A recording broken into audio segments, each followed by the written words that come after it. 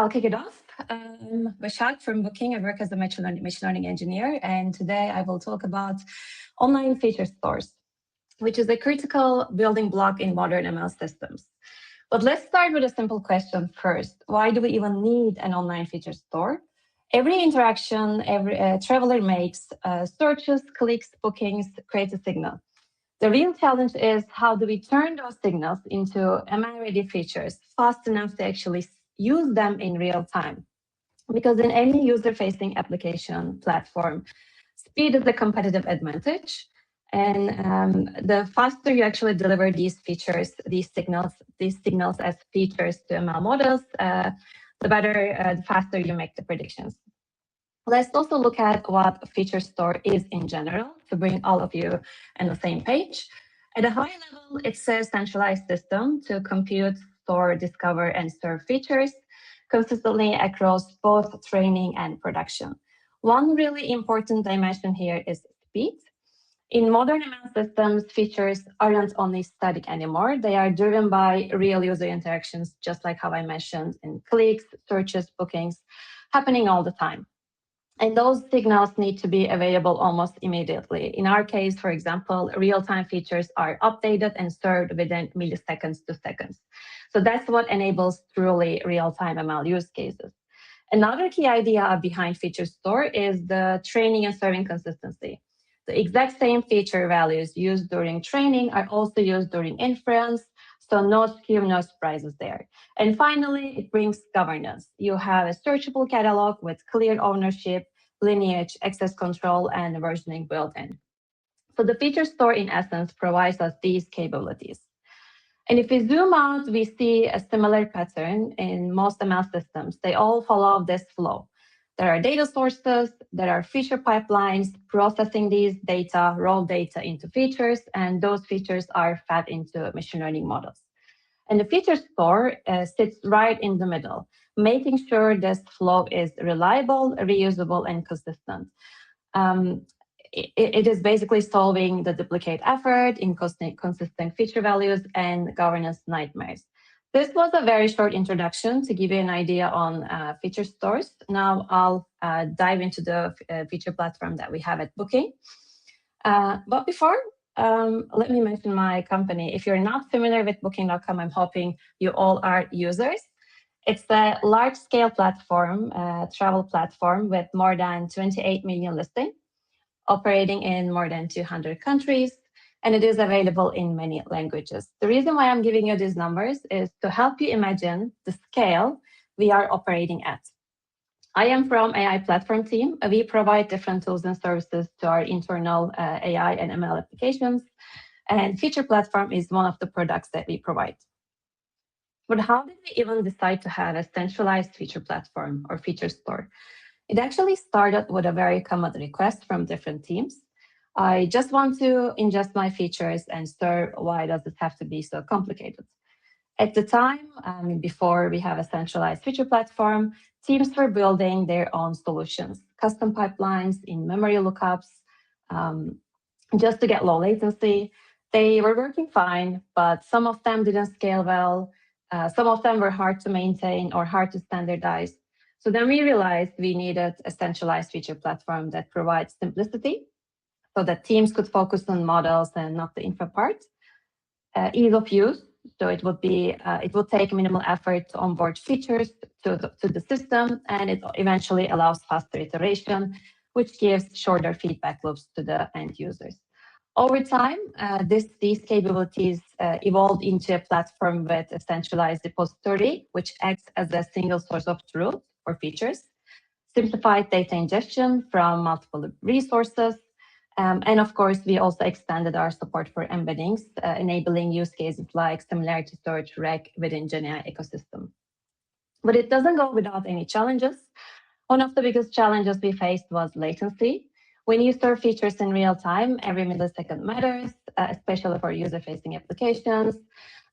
Think about it. When you're browsing Booking.com, you don't want to wait for pages to load. So delivering features fast is crucial, but speed alone isn't enough. We also operate at a huge scale, hundreds of thousands of requests per second. So we need to also accommodate this throughput needs. And then there is cost. no matter how good your system is, if it is too expensive, it is no longer sustainable. So we are constantly balancing the three things: speed, scale, and cost. And that's exactly what shaped the architecture you will see now. This is our end-to-end architecture. We have ingestion pipelines from both real-time and batch sources. And then we have the storage layer, which consists of both online and offline store and also a vector database to serve embeddings. And then we have serving layer, which allows these features and servings for users to fetch. On top of everything, we have a feature catalog, which handles the governance. I'm going to zoom into each part in a second, but the important capability in this architecture we see is a signal produced by a Kafka event, a signal in real time produced by a Kafka event, becomes available in the online store in milliseconds to seconds, thanks to this architecture. So this brings that huge capability. Let's zoom into each component, starting with the feature catalog. This is how we discover, share, and govern features at scale. You can see different feature details registered. Could be your data type, could be version, could be data source. And we're able to search features by name, type, team, or tag. We can register descriptions, schemas, lineage. So it's not just the storage, the feature platform, but it also brings visibility and control. And the next component is the ingestion layer. As you've seen in the architecture, we support two paths, real-time and batch. For real-time ingestion, we use the well-known technology Kafka. So these Kafka streams capture events and updates feature within milliseconds. And this is very suitable for dynamic features, the features that can change anytime. You can think of the first click of a user, the last bookings of a user. So these are likely to change anytime user is interacting in our platform. But there are also static features. There we use the batch ingestions. We run scheduled pipelines to compute these features in advance. You can think of features like, a good example, the distance between airport and hotel. It's less likely to change, or the property level features, which are more static. So we provide templates for users to basically configure any type of pipeline to start ingesting to our feature store. The next is the storage layer. We use a dual storage setup, online store for real-time serving, offline store for training and historical data. We opt for Amazon ElastiCache for our online store, which is Redis, and it is known to be a database for quick key value lookup. It serves features under 50 milliseconds. The offline store is Snowflake. This is our data warehouse, which acts as a source of truth for training and backfills. So we wanted to separate the low latency serving from heavy analytic workloads. And we also have some best practices that we applied to scale efficiently. We implemented multi-cluster design, where feature groups are mapped to the dedicated Redis clusters. This allows each group to scale independently without impacting other workloads, improving the performance and reliability. To ensure our platform remains flexible and efficient, we manage everything using Infra as a code. This way, the deployments are reproducible, which minimizes the risk when we want to scale or update our platform. We chose the self-managed ElastiCache solution over Redis serverless because it gave us better control over cost and performance. And of course, we're following cloud best practices using read replicas to distribute query traffic and multi-region replications for resilience. Nothing surprising here, but definitely essential.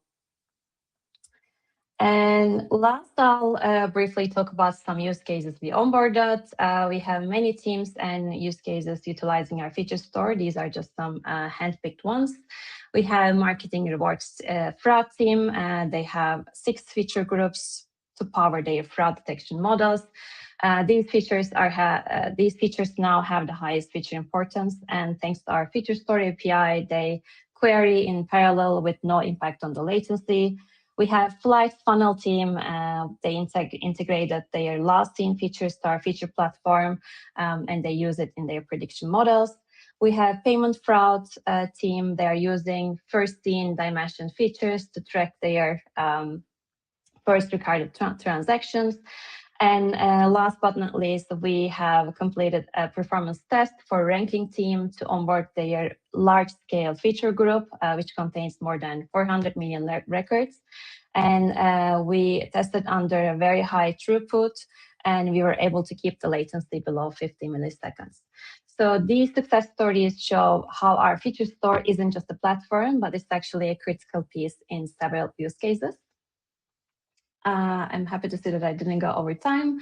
In case you want to deep dive into this architectural details and how we implement it, we published a blog. It's on AWS. You can scan the QR code and see the blog for more deep dive explanation. Awesome. Thank you very much. I am going to keep things moving because I've done a horrible job at keeping us on time. But I think you're available to stick around and answer questions in the chat, right? So Yes, for there's a sure. question that came through in the Q&A. Anybody else that has questions about this feature store, feel free to throw them in the chat.